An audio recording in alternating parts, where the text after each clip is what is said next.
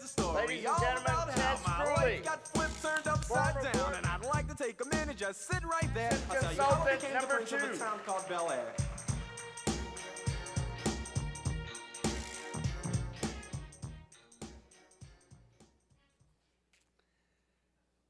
Speakers were not consulted on the music.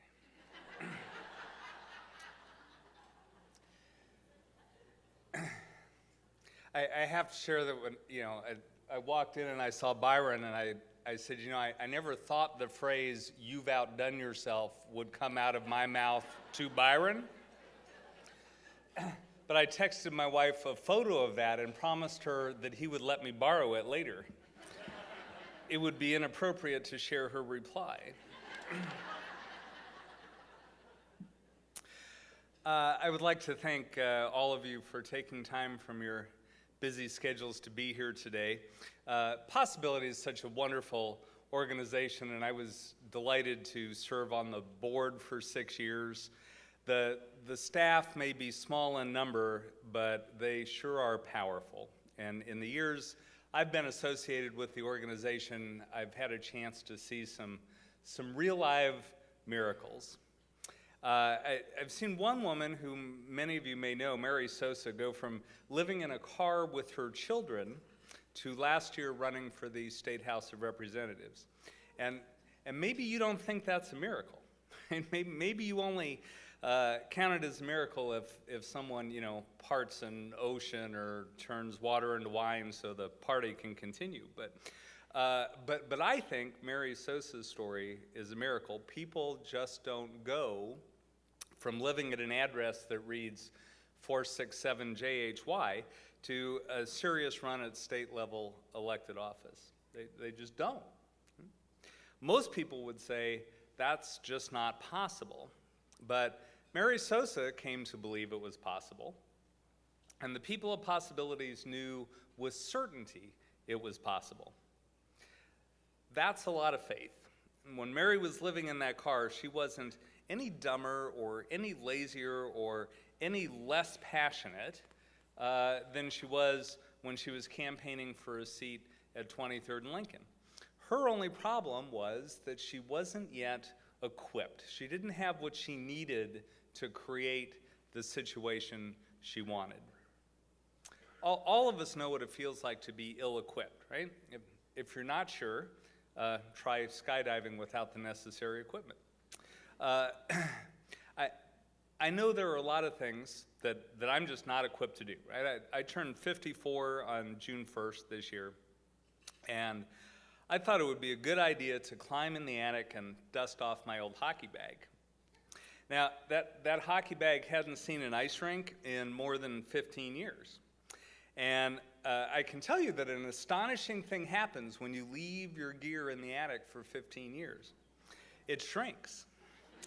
I have no idea how that happens, but it fit the last time I used it, and now it was all way too small. But I really wanted to play, so I found a way to, shove it all into the pants and the shin guards and the elbow pads, and had some young guy in the locker room help me pull the jersey down over the shoulder pads. I exhaled and laced up my skates. And after about 2 minutes out on the ice with a bunch of guys about half my age, I had an epiphany. I was not equipped. I was bad at that game 20 years ago, and I hadn't gotten any better or faster sitting on the couch for the last couple decades. And I was in no way prepared to be out there with those guys. Someone mentioned just a moment ago they were a choir director, and it reminded me of a woman named Zemma Meacham. And when I was in elementary school, very small, tiny little school, kindergarten through 9th grade, 100 students, tiny little school. So we had 5th through 9th grade all in one room, and once a week on Fridays, Miss Meacham would come, and that was our music program, was about 20 minutes of singing together as a group. And Zemma was way overqualified to be doing that, but her daughter was in my grade, and there was probably a tuition deal or something. But so she'd come and she'd have us all sing for 20 minutes or so. But Zemma was a choir director, she was a pianist, she was a music director. She had all this wonderful talent and this huge personality, and she stood about 4'10", but it just oozed out of her. And I was about 10 years old, and there was a program at the Christmas program at the church, right? Christmas program. And my parents, by the time I was 10 years old, had wasted an inordinate amount of money on fruitless piano lessons. And at the church, the youth group, they're going to have a program, and they said, well, who can perform and do something when I play the piano? And they went, great, play the piano. Well, my mother caught on pretty quickly and told them that maybe one song, not the whole program. And as we were a week out from this program, I still can't play Silent Night Worth Beans, right? I'm banging away on this little spinet piano at home, and my mom's going, oh my God, this is just... So her last-ditch Hail Mary effort was she called Miss Meacham and begged for help. So Saturday morning, we get on the bus, we go across town to Miss Meacham's house, and I sat down at her piano, and I was totally out of my element. I've never even been in that neighborhood. It's entirely different than the part of town where I grew up. And I sit down a little bit scared at her piano, and I start trying to play Silent Night, and she let me play for a little while, and all she said that whole lesson, she didn't tell me what any of the notes were, she didn't give me any other pointers, all she did was looked at me and said, well, Teddy, just play it. Play it loud. Play it like you mean it. Just play it. And she spent half an hour encouraging me to just play it loudly. And a week later, I managed to go sit at the church and get through 2 entire versions of Silent Night, somewhere behind a piano I couldn't see over, without missing a note. It all went off splendidly, just because she gave me the confidence to play it loudly. What she had really done was just equipped me to go do what I was already willing and able to do. Okay? She just gave me the tool I needed to go do it, which no other teacher had been able to do. I've long said that my favorite possibility story is about a woman who hoped to clean up her neighborhood, which had attracted a lot of drug dealing and a lot of crime. And the first thing she wanted to do was have a neighborhood garage sale. That was her project. She didn't know how to do it. She was willing, she just wasn't equipped. She didn't know what to do. Possibilities helped her figure out the garage sale that first year. And the next year, they helped her figure out how to get some more neighbors together and get house numbers painted on the curbs so the emergency vehicles could find them. And the third year, after not knowing how to run a classified ad to get a garage sale, thanks to Possibilities, that neighborhood became part of a city grant that ended up getting them a $500,000 park rebuilt in their neighborhood. Because Possibilities equipped her to make all that happen. It always makes me wonder, among other things, where Possibilities was to bail me out like that when I was out on the ice this summer. Possibilities has always struggled to find that pithy 30-second elevator speech that explains what they do. It's easy to explain your organization if you rescue animals or you shelter the homeless or provide comfort to the afflicted.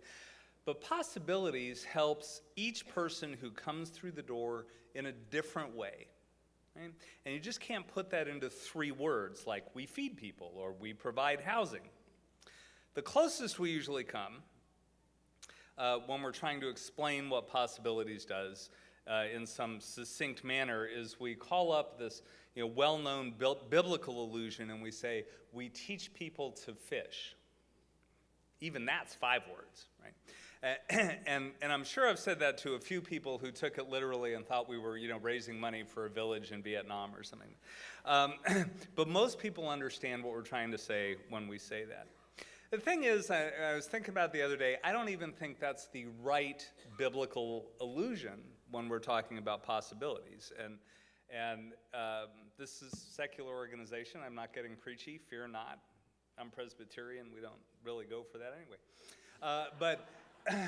But I was an English major, right, and had to take a Bible as literature class. So some of that stuck with me. And it seems to me there's one story that really fit the theme this year of seeing things differently and seeing things a different way.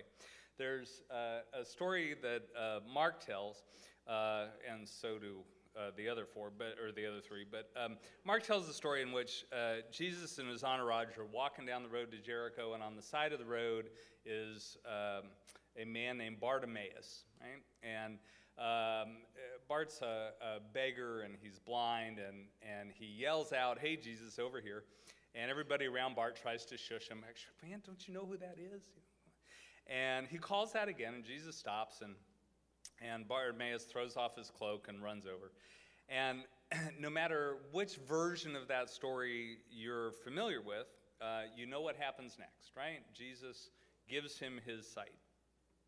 And every time you heard that story in Sunday school or in a literature class or wherever you heard it, the message in the story you were taught is the same thing, that it's a story about faith, right? And it is a story about faith, but I don't really think that's the most interesting part of that story. I think the most interesting thing that happens is that when Bartimaeus runs over and Jesus turns around and sees this blind beggar standing next to him, you'd expect Jesus to say something like, "Oh, you're blind. Here you go. Let me fix that for you. Miracle of the day. You can see now," right? Or you'd at least expect him to say, "Oh, I see you're blind. Can I fix that for you?" Right? That's what most of us would do, right? We see it, we see the problem, we fix it, we move on. That's not what he says. He turns around and says to Bartimaeus, "What do you want me to do for you?" Right? He doesn't assume he wants his sight back. I mean, it's an amazing thing. I mean, he's probably thinking, well, he'd probably like to be able to see, but, what do I know, right? Maybe the guy needs a goat, right? Maybe he's married, he really wants some children, or maybe he wants me to cure his ailing mother. I don't know, right? He doesn't make that assumption. So he simply asks, "What do you want me to do for you?"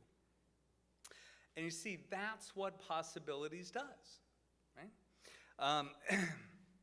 It's more than teaching someone how to fish because, well, maybe they don't really even like fish. Right? Maybe they really, really want to organize their fellow villagers and dig a water well. Right? Maybe they want to build a park. Maybe they want to run for the House of Representatives. And all that's really stopping them is that they're not equipped yet. And possibilities can solve that. Right? But we need you to help us, right? We need you to help equip possibilities to make those things happen. So as the table captains pass out the pledge cards, that's your cue. I'll take just a minute to explain the form, and you'll be able to see that on the video screens.